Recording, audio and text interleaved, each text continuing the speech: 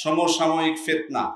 আসলে যে ফিতনাগুলো আমরা দেখব এখন বা আমাদের সমাজে দেখতে পাচ্ছি, আপনি খেয়াল করবেন যে সবগুলো ফিতনা পূর্বেও ছিল। যেগুলো আলোচনা করব, কিছু ফিতনা আপনি দেখতে পাবেন পূর্বেও ছিল। একটা ফিতনা আমরা দেখতে পাই এখন, যেটা খুব বেশি আগে ছিল না। আপনাদের কি মনে হয় কোন ফিতনা এটা? এই ফিতনা এর মধ্যে আছে। বিশেষভাবে সামাজিক যোগাযোগ মাধ্যম যেটা ফেসবুক, এটা কিন্তু এখন সব থেকে বড় ফিতনাগুলোর অন্যতম ফিতনা। তবে তাই বলে আমি কিন্তু এর অবদান অস্বীকার করছি না। মোবাইল বা ফেসবুকের বা সামাজিক যোগাযোগ মাধ্যমের ভালো দিক কখনোই অস্বীকার আমি করব না। এটা আল্লাহ তাআলার পক্ষ থেকে নিয়ামত আমরা বলতে পারি। কিন্তু এই নিয়ামতকে আমরা নেকমায় পরিগণিত করছি, এটাই হচ্ছে সমস্যা। এবং খেয়াল করবেন যে আমাদের ব্যক্তিগত জীবন বলি, দৈনন্দিন ধর্মীয় দিক বলি, সামাজিক দিক বলি, পারিবারিক দিক বলি, অর্থনৈতিক দিক বলি, সব কিছুর উপর প্রভাব ফেলেছে এটা। কিভাবে?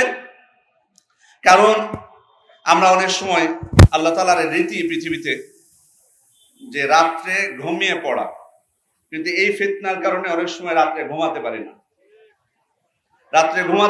শেষ রাতে যে ঘুমাই, তারপর ফজরের সালাতটা মিস করি। তো দেখুন, ধর্মীয় ক্ষেত্রে প্রভাব পড়লো। এটা একটা ভালো দিক অবশ্যই অনেক আছে, আমি আগেই বলেছি, কিন্তু যেহেতু খারাপ দিকগুলোর কথা যদি আপনি বলুন, তাহলে এটা অবশ্যই আসবে। দ্বিতীয়ত,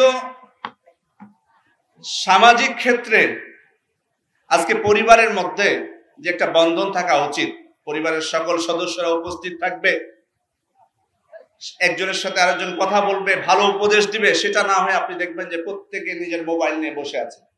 অনেক সময় হয়তো ভালো কেউ কথা বলছে, কিন্তু তার দিকে খেয়াল নেই।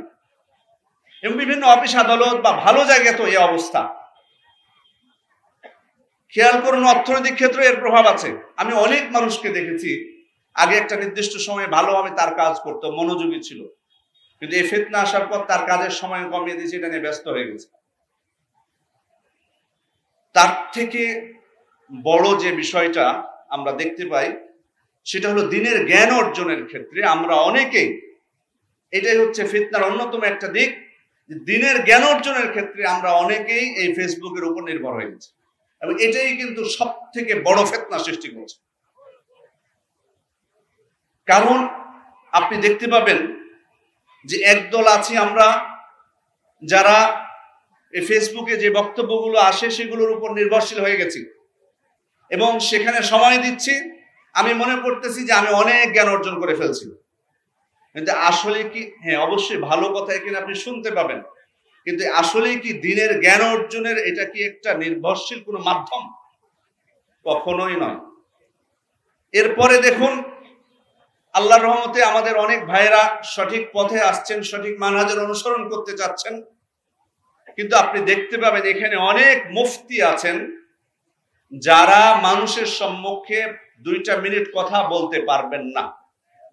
আপনাকে একটা বই থেকে কিছু পড়েও শোনাতে পারবেন না, অনুবাদও করে দিতে পারবেন না, একটা কোরআনের আয়াতের বা একটা হাদিসও পড়ে আপনাকে শোনাতে পারবেন না, কিন্তু এখানে কিন্তু ফতোয়া তিনি ঠিকই দিচ্ছেন।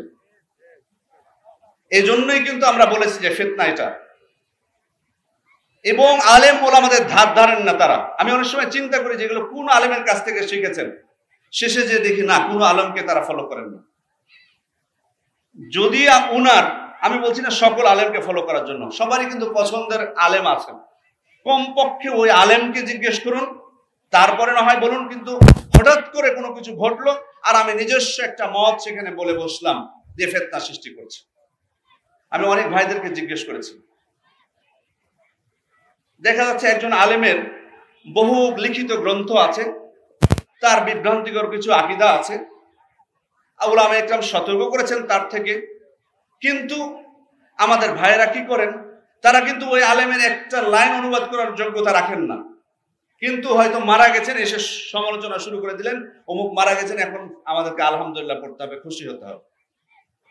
কোথা থেকে পেলেন এটা? আপনি যে আলেমকে পছন্দ করেন একবার জিজ্ঞেস করেছেন, তার থেকে মতামত নিয়েছেন? বড় কোনো আলেমকে দেখেছেন এখানে এসে কোনো বক্তব্য দিতে? আপনি কিসের ভিত্তিতে এটা বললেন? যে কথা বলবো, যে সময় যেহেতু কম, জ্ঞান অর্জন অবশ্যই আপনি বাড়িতে বসে করবেন। আলহামদুলিল্লাহ এখন আল্লাহ তাআলা আমাদের সুযোগ করে দিয়েছেন, অনেক বই আমরা পাচ্ছি জ্ঞান অর্জনের জন্য। বইগুলো বাড়িতে নিয়ে যাব, পড়বো। তবে নির্ভরশীল যেন নিজের উপর কখনো না হয়, নির্ভরশীল যাতে ফেসবুকের উপর না হয়। অবশ্যই যদি দিনের জ্ঞান অর্জন করতে চান, আলেম ওলামাদের সাথে আপনার সম্পর্ক থাকতে হবে। যাদের সাথে হোক না কেন, সহি মানহাজের আলেমদের সাথে আপনার সম্পর্ক থাকতে হবে, তাদের কাছ থেকে বোঝ নিতে হবে। নিজে নিজেই যখন আমি আমার নিজের অবস্থানটা তো বোঝা দরকার, যে আমি কোন অবস্থান থেকে আজকে ফতোয়া দিচ্ছি বা মন্তব্য করছি। এজন্য অনুরোধ করব যে আল্লাহ তাআলার পক্ষ থেকে যে সুন্দর নিয়ামতটা আল্লাহ তাআলা দান করেছেন, এটাই যাতে সঠিক পথে আমরা ব্যয় করি। কোনোভাবেই আজকে দেখুন, আজকে বাচ্চারা পর্যন্ত, আজকে আমাদের বাচ্চাদের হাতেও কিন্তু এগুলো আমরা দিয়ে দিচ্ছি। যে কারণে আগে কিন্তু আমরা অনেক সময়, আপনারা যারা আছেন, আপনাদের ছেলে মেয়েদেরকে আপনারা কন্ট্রোল করতে পারতেন না, খেলতে চলে যেত, খেলাধুলা করতে যেত, নিয়ন্ত্রণ করতে পারতেন না। এখন দেখবেন যে আমাদের বাচ্চাদেরকে আমরা খেলার জন্য পাঠাতে পারি না। অনেক ফ্যামিলিতে আছে খেলাধুলার জন্য উৎসাহ দেয়, কিন্তু যায় না। কেন যায় না? ওই মোবাইলটা চায়, তো অবসর সময় বলে মোবাইলটা দেখবো। তাহলে দেখুন যে আমরা কত ভয়ঙ্কর অবস্থায় বিরাজ করছি। এবং এর সহজলভ্যতার জন্য এই ইন্টারনেটটা বা নেটটা সহজ করে দেওয়ার জন্য এখানে সবকিছু পাচ্ছি। পাপাচারের যত মাধ্যম আছে, বিশেষ করে পর্নোগ্রাফি, যেটা যুব সমাজকে তিলে তিলে ধ্বংস করে দিচ্ছে। এবং এর কারণে কিন্তু সকল অশ্লীলতা কিন্তু ছড়িয়ে পড়ছে এবং অশ্লীল কাজে জড়িয়ে পড়ছে যুবক যুবতীরা। এটা কিন্তু অন্যতম একটা কারণ হচ্ছে এই ফিতনা। তো যাই হোক, আল্লাহ তাআলা আমাদেরকে দান করেছেন, এটা অবশ্যই ভালো ক্ষেত্রে আমরা ব্যবহার করব, কোনোভাবেই যাতে আমরা নিজেদের ক্ষতি না করি। শারীরিকভাবে শরীরের দিক থেকে ক্ষতিগ্রস্ত হচ্ছে, রাত্রে না ঘুমানোর কারণে চোখের ক্ষতি হচ্ছে, শরীরের ক্ষতি হচ্ছে, সব দিকে এর প্রভাব পড়েছে। সেজন্য আমরা নিজেদেরকে অবশ্যই নিয়ন্ত্রণ করব, পরিবারকে নিয়ন্ত্রণ করার চেষ্টা করব। দ্বিতীয় যে বিষয়টা, সেটি হচ্ছে এটি ফিতনা, নতুন কোনো ফিতনা নয়, তবে বিভিন্ন দিক কিন্তু আমরা দেখতে পাই। এই দুনিয়ার লোভের ফিতনা, দুনিয়ার সম্পদের ফিতনা, এই ফিতনা আগে থেকে আছে। কিন্তু এখন কিন্তু আপনি দেখতে পাবেন যে আগে তো হারামগুলো স্পষ্ট ছিল আমাদের কাছে, কিন্তু এখন বিভিন্ন হারাম লেনদেন এর উদ্ভব ঘটেছে,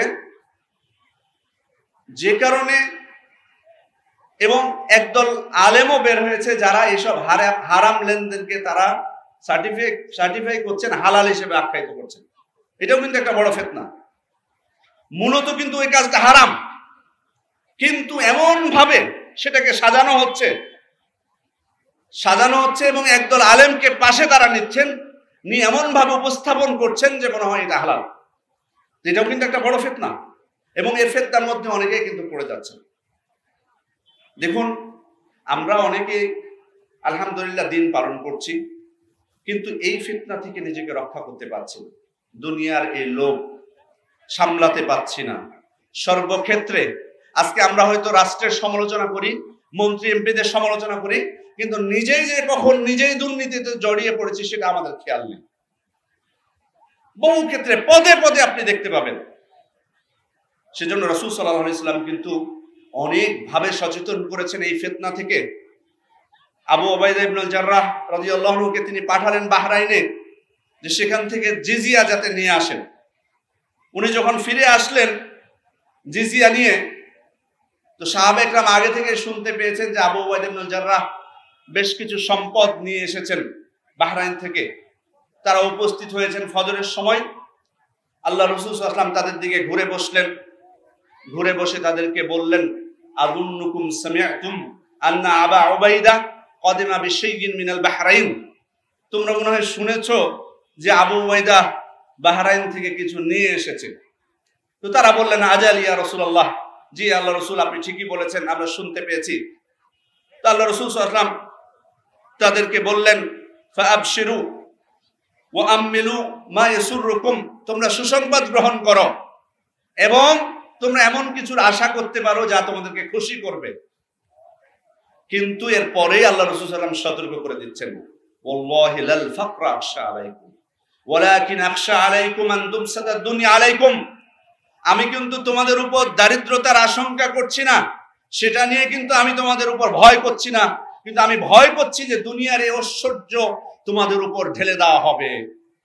কামা বুসিতাত আলা মান কানা ক্বাবলাকুম, যেভাবে তোমাদের পূর্ববর্তীদের উপর এই ঐশ্বর্য ঢেলে দেওয়া হয়েছিল। ফাতানাফাসুহা কামা তানাফাসুহা, এরপর তারা যেমন এগুলোকে নিয়ে প্রতিযোগিতা শুরু করেছিল, তোমরাও সেরকম প্রতিযোগিতা শুরু করে দিবে।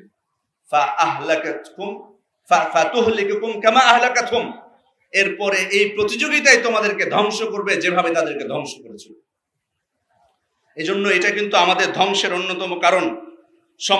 এই সম্পদের লোভেই কিন্তু মানুষকে ঠকায়, ওজনে কম দেয়, মাপে কম দেয়, তার প্রাপ্য অধিকার থেকে বঞ্চিত করে। এবং এটার শাস্তি দেখুন, আমরা অনেক সময় বিভিন্ন শাস্তি আল্লাহ তাআলা আমাদেরকে দিলে বা বিপদ আপদ আসলে আমরা অন্য কারণ ব্যাখ্যা করি, কিন্তু আল্লাহ রাসূল সাল্লাল্লাহু আলাইহি ওয়াসাল্লাম কি বলেছেন? তিনি যেমন একটা পাপের ক্ষেত্রে বলছেন, ওয়ালাম ইনকুসুল মিকিয়াল ওয়াল মিজানা ইল্লা উখিযু বিসসিনিন ওয়া শিদ্দাতিল মাউনা ওয়া জাওরিস সুলতানি আলাইহিম। যখনই তারা ওজনে বা মাপে কম দিবে, কতগুলো শাস্তি দেখুন। আল্লাহ রাসূল সাল্লাল্লাহু আলাইহি ওয়াসাল্লাম বলছেন তারা দুর্ভিক্ষে আক্রান্ত হবে, খাদ্য সংকটের মধ্যে পড়বে, রাষ্ট্রের শাসকের দ্বারা জুলুমের শিকার হবে। তাহলে আমরা হয়তো এই সমস্ত বিপদগুলো আসলে মনে করি যে অন্য কোনো সমস্যা, কিন্তু নিজেরাই তো নিজেদের সমস্যা তৈরি করে রেখেছি। আমি এটা থেকে কতজন আমরা বাঁচতে পারছি? শুধু তো এখানে ওজনে কম দেওয়া বলতে ওজন আর মাপে কম দেওয়া না, সবকিছুতে আপনি কম দিবেন, মানুষকে ঠকাবেন, সবকিছু। তাহলে আজকে দেখুন, আজকে আমরা শুধুমাত্র নিজেরা কথা বলছি, এই দুর্ভিক্ষ হতে পারে, এত সালে দুর্ভিক্ষ হবে, এই হবে, এই হবে, এটা নিয়ে গবেষণা করছি, কিন্তু একবার কি আল্লাহ তাআলার দিকে আমরা একবার তার দিকে অভিমুখী হয়েছি, বা একবার কি চিন্তা করেছি যে আসলে এই শাস্তিগুলো আল্লাহ তাআলা কেন দেন আমাদেরকে? তারপর আল্লাহ তাআলার সম্পদের হক আমরা আদায় করছি কিনা? ওয়ালাম ইয়ামনাউ যাকাতা আমওয়ালিহিম ইল্লা মুনিউল কতরা মিনাস সামা, যখনই তারা যাকাত দেওয়া থেকে বিরত থাকবে, তখন আকাশ থেকে বৃষ্টি বন্ধ হয়ে যাবে। দেখুন, তাহলে আমরাই কিন্তু আমাদের নিজেদের সমস্যার কারণ। তারপরে আরেকটা হচ্ছে সুদ। এই দুনিয়ার লোভে পড়ে কিন্তু আমরা, খুব কম মানুষ আপনি পাবেন, পার্সেন্টেজ হিসাব করতে গেলে আমি জানি না কত পার্সেন্ট আপনারা দিবেন যে সুদ থেকে নিজেকে বাঁচিয়ে রাখতে পেরেছে। অথচ আল্লাহ রাসূল সাল্লাল্লাহু আলাইহি ওয়াসাল্লাম স্পষ্টভাবে বলেছেন, মা যাহারা ফি কওমিন আর রিবা ওয়াজ জিনা ইল্লা হাল্লাউ বিআনফুসিহিম ইকাবাল্লাহ, যখন কোন সমাজে সুদ এবং ব্যভিচার ছড়িয়ে পড়বে, তখন তারা নিজেদের উপর আল্লাহর শাস্তিকে অবধারিত করে নেবে, আল্লাহর শাস্তির উপযুক্ত হয়ে যাবে। আমি এ বিষয়ে বেশি লম্বা করব না। আরেকটি সমসাময়িক ফিতনা যেটি এখন আপনারা নিশ্চয় শুনতে পান, সেটা হচ্ছে তারা নিজেদেরকে দাবি করে আহলে কুরআন, কিন্তু আসলে এটা তাদের মিথ্যা দাবি। এরা হলো হাদিস অস্বীকারী, অথবা আপনি অন্যভাবে বলতে পারেন ইসলামকে অস্বীকারী। এটা যদি আমি বলি তাহলে এটা ভুল হবে না, তাদের উপর জুলুম হবে না। কারণ ইসলাম বলতে আমরা কি বুঝি? ইসলাম বলতে যেটা বুঝি, অবশ্যই যেটি আল্লাহ তাআলার পক্ষ থেকে এসেছে, রাসূল সাল্লাল্লাহু আলাইহি ওয়াসাল্লাম আমাদেরকে দান করেছেন এবং তিনি আমাদেরকে বলে গেছেন, দুইটি জিনিস তিনি আমাদেরকে দিয়ে গেছেন। সুতরাং আপনি যখন দুইটার একটাকে অস্বীকার করবেন, তখন তো আপনি ইসলামকে অস্বীকার করবেন। অথচ বিভিন্ন সংশয় উপস্থাপন করা হচ্ছে সমাজে, তারা বিশৃঙ্খলা সৃষ্টি করছে বহুভাবে, এটা শুধু একভাবে না, বিভিন্নভাবে তারা চেষ্টা করছে যুবকদেরকে, মানুষদেরকে বিভ্রান্ত করার জন্য। এবং আমরা দেখতে পাই অনেক মানুষ বিভ্রান্তির শিকার হচ্ছে। কিন্তু স্বাভাবিকভাবে যদি আমাদের একটু বিবেক থাকতো, তাহলে আমরা বুঝতে পারতাম যে কিভাবে আল্লাহ রাসূল সাল্লাল্লাহু আলাইহি ওয়াসাল্লামের অনুসরণ ছাড়া, সহিহ সুন্নাহর অনুসরণ ছাড়া আমরা কিভাবে আমাদের জীবন চালাতে পারবো, কিভাবে ইসলামের অনুসরণ সম্ভব হবে। ইয়া আইয়ুহাল্লাযীনা আমানু আতিউল্লাহ ওয়া আতিউর রাসূল, হে ইমানদারগণ তোমরা আল্লাহর আনুগত্য করো, আল্লাহর রাসূলের আনুগত্য করো। ওমা আতাকুমুর রাসূলু ফাখুযুহু ওমা নাহাকুম আনহু ফান্তাহু, রাসূল আমাদেরকে যা দিয়েছেন তোমরা সেটা গ্রহণ করো, যেটা থেকে নিষেধ করেছেন সেটা থেকে বিরত থাকো। তাহলে তো এটা কিভাবে হতে পারে রাসূল সাল্লাল্লাহু আলাইহি ওয়াসাল্লাম আমাদেরকে যা দিয়েছেন তার একটাও আমি অস্বীকার করে বসবো? এই জন্যই আল্লাহ তাআলা পবিত্র কোরআনে স্পষ্টই বলে দিয়েছেন, কুল আতিউল্লাহ ওয়া রাসূল ফাইন তাওয়াল্লাউ ফাইন্নাল্লাহা লা ইউহিব্বুল কাফিরিন। তোমরা আল্লাহ এবং তার রাসূলের অনুসরণ করো। যদি তারা মুখ ফিরিয়ে নেয় তাহলে জেনে রাখো আল্লাহ তাআলা কাফেরদেরকে ভালোবাসেন না। তার মানে এই আয়াতে বোঝানো হয়েছে আল্লাহ এবং তার রাসূলের আনুগত্য না করলে সে কাফের।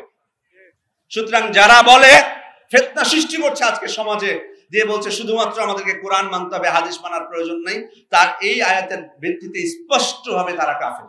অতএব সাবধান থাকবেন, যদি ইমানের উপর ইমানকে রক্ষা করতে চান, ইসলামের উপর অবিচল থাকতে পারেন, এই ধরনের ফিতনা থেকে নিজেদেরকে রক্ষা করুন। আরেকটি যেটি ফিতনা আমরা দেখতে পাচ্ছি সেটি হচ্ছে হাদিস অস্বীকারের নামে। এরা অবশ্য সরাসরি হাদিসকে অস্বীকার করে না, কিন্তু ভিন্নভাবে, সেটা হচ্ছে মাযহাবী গোড়ামি। এটা আগেও ছিল, আমি বলছি না নতুন। আমি তো ওই জন্যই বলেছি যে নতুন সমসাময়িক ফিতনা বলতে আসলে আমরা কি বুঝি, কিন্তু এটাও বর্তমানে খুব প্রকট আকার ধারণ করেছে। আমাদেরকে আল্লাহ তাআলা স্পষ্ট বলে দিয়েছেন, ইত্তাবিউ মা উনজিলা ইলাইকুম মির রাব্বিকুম ওয়া লা তাত্তাবিউ মিন দুনিহি আউলিয়া ক্বালিলাম মা তাযাক্কারুন। আল্লাহ তাআলার পক্ষ থেকে যা নাজিল হয়েছে তার তোমরা অনুসরণ করো, এর বাইরে তিনি ছাড়া অন্য কাউকে বন্ধুরূপে অনুসরণ করো না। স্পষ্ট কথা। এখন হয়তো আমাদের প্রশ্ন হতে পারে, তাহলে কি আমরা নিজেরা প্রত্যেকেই কোরআন হাদিস পড়বো আর অনুসরণ করবো, আলেমদের দিকে আমাদের ফিরে যেতে হবে না? অবশ্যই ফিরে যাবেন। এজন্য আমাদের সমাজে 3 শ্রেণী আছে। এক শ্রেণী হচ্ছে মুজতাহিদ ওলামা ইকরাম, যারা নিজেরাই কোরআন সুন্নাহ থেকে ইসলামের হুকুম আহকাম বের করতে পারবেন, তাদের তো আর অন্য কারো অনুসরণ করার প্রয়োজন নাই। দ্বিতীয় হচ্ছে তারাও আলেম, কিন্তু সরাসরি কোরআন হাদিস থেকে হয়তো মাসলা মাসাইল বের করতে পারেন না, তবে ইমামরা যে মাসলা মাসাইল গুলো দিয়েছেন, আমাদের সালাফরা যে সমস্ত বক্তব্যগুলো দিয়েছেন, কোরআন হাদিস তারা পড়তে পারেন, তাদের বক্তব্যগুলোকে বুঝতে পারেন। তারা সালাফদের বক্তব্য থেকে যেটা কোরআন হাদিসের নিকটবর্তী, যেটা বেশি শক্তিশালী, সেটা গ্রহণ করবেন এবং মানুষকে সেটার দিকে আহ্বান জানাবেন। তৃতীয় প্রকার হলো ওনারা কোরআন হাদিস থেকে কোরআন হাদিস পড়ে সরাসরি মাসলা মাসাইল বের করতে পারবেন না, বা পূর্ববর্তী সালাফদের বক্তব্য তারা পড়তে পারেন না। তারা ইসলামের মৌলিক জ্ঞানগুলো গ্রহণ করবেন এবং কোনো সমস্যা হলে আলেমদেরকে জিজ্ঞেস করবেন। ফাসআলু আহলা যিকরি ইন কুনতুম লা তা'লামুন। তোমরা যদি না জানো আলেমদেরকে জিজ্ঞেস করো, কিন্তু একটা শর্তে। কোন আলেমকে আপনি জিজ্ঞেস করবেন? যে আলেমের ইলম এবং আমানতে আপনি বিশ্বাস করেন। কিন্তু এর সাথে আরেকটা শর্ত, যে কিন্তু এটা কি ওই আলেমকে আপনি হকের মানদণ্ড হিসেবে গ্রহণ করবেন, এটা আপনার জন্য জায়েজ নয়। অথবা নির্দিষ্ট কোনো মাযহাবকে হকের মানদণ্ড হিসেবে গ্রহণ করবেন, এটা আপনার জন্য জায়েজ নয়। কারণ আল্লাহ রাসূল সাল্লাল্লাহু আলাইহি ওয়াসাল্লাম ছাড়া কেউ মাসুম ছিলেন না এই দুনিয়াতে। এজন্য ইমাম মালিক রাহিমাহুল্লাহ বলেছিলেন, রাসূলের কবরের নিকট দাঁড়িয়ে কুল্লু ইউখাযু মিন কওলিহি ওয়া ইউরাদ ইল্লা সাহিবু হাযাল কবর। পৃথিবীর প্রত্যেক মানুষের কথা গ্রহণীয় হতে পারে এবং বর্জনীয় শুধুমাত্র এই কবরের অধিবাসী ব্যতীত। তার প্রতিটি কথায়, প্রতিটি আদেশ নিষেধ গ্রহণীয়, কিন্তু তিনি ছাড়া অন্য যে কেউ হোক, কেউ মাসুম ছিলেন না। সেজন্য আপনি নির্দিষ্ট কোনো ব্যক্তিকে, নির্দিষ্ট কোনো দলকে, নির্দিষ্ট কোনো মাযহাবকে হকের মানদণ্ড মনে করবেন, এটা আমাদের জন্য জায়েজ। যদি এটা আমরা করি যে তিনি যাই বলবেন আমরা সেটাই মানবো, তিনি যা থেকে নিষেধ করবেন সেটা থেকে আমরা বিরত থাকবো, তাহলে এটা তাদের ইবাদত করা হলো। ওই আদি ইবনে হাতেম অস্বীকার করেছিলেন, বলেছিলেন যে লাসনা না'বুদুহুম, আমাদের যারা বড় বড় আলেম আছেন তাদের তো আমরা ইবাদত করি না। আল্লাহ রাসূল সাল্লাল্লাহু আলাইহি ওয়াসাল্লাম বলে দিয়েছিলেন যে তারা, আল্লাহ তাআলা যেটাকে হালাল করেছেন তারা কি সেটা হারাম করে না? আর তারা যখন সেটাকে হারাম করে তোমরাও সেটাকে হারাম করে দাও না? তখন বললেন জি। তারা যেটা, আল্লাহ তাআলা যেটাকে হারাম করেছেন সেটা কি তারা হালাল করে দেয় না? এবং তারা যখন সেটাকে হালাল করে দেয় তোমরাও সেটাকে হালাল করে দাও? তখন বললেন জি। বললো যে এটাই তো ইবাদত তাদের, অর্থাৎ হবু তিনি যাই বলুক না কেন আমি সেটারই অনুসরণ করব, এটাই হচ্ছে তাদের ইবাদত করা। এবং শুধু তাই নয়, এই ফিতনার কারণে আজকে দেখুন যে এভাবে তো যখন আপনি ব্যক্তিকে টার্গেট করবেন বা মাযহাবকে টার্গেট করবেন, তখনই কিন্তু কোরআন সুন্নাহ থেকে আপনি দূরে চলে গেলেন। এজন্য কোরআন সুন্নাহর একটা বড় অংশকে আপনি তখন অস্বীকার করবেন, মানতেই চাইবেন না, যে কোনো ভাবে ব্যাখ্যা করার চেষ্টা করবেন, নয়তো বা দুর্বল বলবেন, অথবা বলবেন যে মানসুখ হয়ে গেছে, রহিত হয়ে গেছে, নানা ব্যাখ্যা হাজির করবেন। এটা আমি শুধুমাত্র যাদের মধ্যে মাযহাবী গোড়ামি আছে তাদেরকে বলছি, এটা না। আমাদের কিছু যারা কোরআন সুন্নাহ অনুসরণ করতে চায়, আমাদের সালাফি মানহাজের অনুসরণ করতে চায়, তাদের মধ্যে একদল গ্রুপ বের হয়েছে, এরকম অন্ধ অনুসারী। উনার পছন্দের আলেমের বাইরে কোনোভাবে উনি যেতে পারবেন না। এটা কিন্তু যখন আপনি সেখানে যাবেন তখন কোরআন সুন্নাহর একটা বড় অংশকে আপনি অস্বীকার করে ফেলবেন। এবং সেটাই হচ্ছে আজকে দেখুন এই ফিতনার কারণে শুধুমাত্র এই যে মতভেদ আমাদের দেশে, আমরা মনে করি যে এগুলো ফিকহি মতভেদ, শুধুমাত্র ফিকহি মতভেদ নয়। কারণ আপনি যখন কোরআন সুন্নাহর একটা বড় অংশকে অস্বীকার করবেন, সেটার হুকুমটা কি হলো? কিছুক্ষণ আগেই বলেছি, তাদের ইবাদত করা হলো এটা।